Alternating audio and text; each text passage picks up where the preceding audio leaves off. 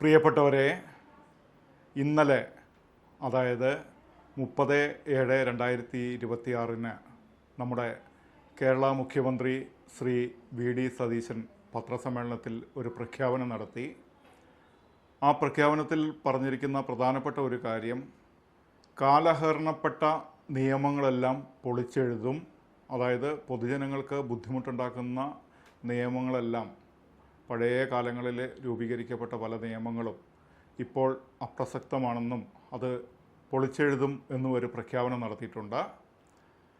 അദ്ദേഹത്തോട് ഒരു വിദ്യാഭ്യാസ മേഖലയിൽ പ്രവർത്തിക്കുന്ന ഒരു വ്യക്തി എന്നുള്ളതിലേക്ക് എനിക്ക് അഭ്യർത്ഥിക്കാനുള്ളത്, നമുക്കിവിടെ ഒരു പ്രധാനപ്പെട്ട നിയമം പൊളിച്ചെഴുതാനുണ്ട്.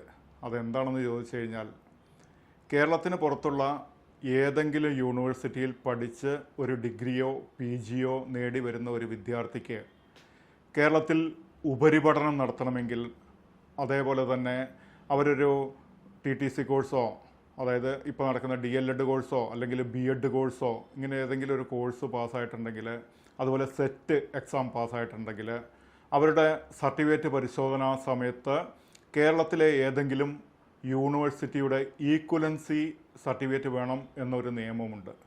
ഇത് വർഷങ്ങൾക്ക് മുമ്പ് ഏതോ ഒരു ഉദ്യോഗസ്ഥൻ്റെ തലയിൽ ഉദിച്ചൊരു ബുദ്ധിയാണ്. അതിപ്പോഴും ഇങ്ങനെ പരമ്പരാഗതമായിട്ട് തുടർന്നു പോവുകയാണ്.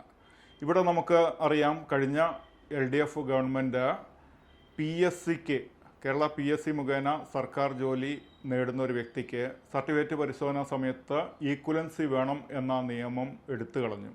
പകരം UGCയുടെ ലിസ്റ്റ് പരിശോധിച്ച് UGCയുടെ ലിസ്റ്റിലുള്ള കോഴ്സുകൾക്ക് ഇവിടെ അംഗീകാരം കൊടുക്കുന്ന ഒരു രീതി വന്നു. അതായത് ഒരു വ്യക്തി ഒരു യൂണിവേഴ്സിറ്റി തിരഞ്ഞെടുക്കുമ്പോൾ ആ യൂണിവേഴ്സിറ്റി UGC അപ്രൂവ്ഡ് ആണോ എന്ന് നോക്കണം. ആ യൂണിവേഴ്സിറ്റിയുടെ പേര് UGCയുടെ ലിസ്റ്റിലുണ്ടോ എന്ന് നോക്കണം. അതുപോലെ അവർ തിരഞ്ഞെടുക്കപ്പെടുന്ന കോഴ്സ് UGCയുടെ ലിസ്റ്റിലുണ്ടോ എന്ന് നോക്കണം. അങ്ങനെയുള്ള ഒരു വ്യക്തിക്ക് ഈക്വലൻസി ഇല്ലാതെ തന്നെ സർട്ടിഫിക്കറ്റ് പരിശോധനയ്ക്ക് കൊടുക്കാൻ കഴിയുന്ന ഒരു സാഹചര്യമുണ്ട്.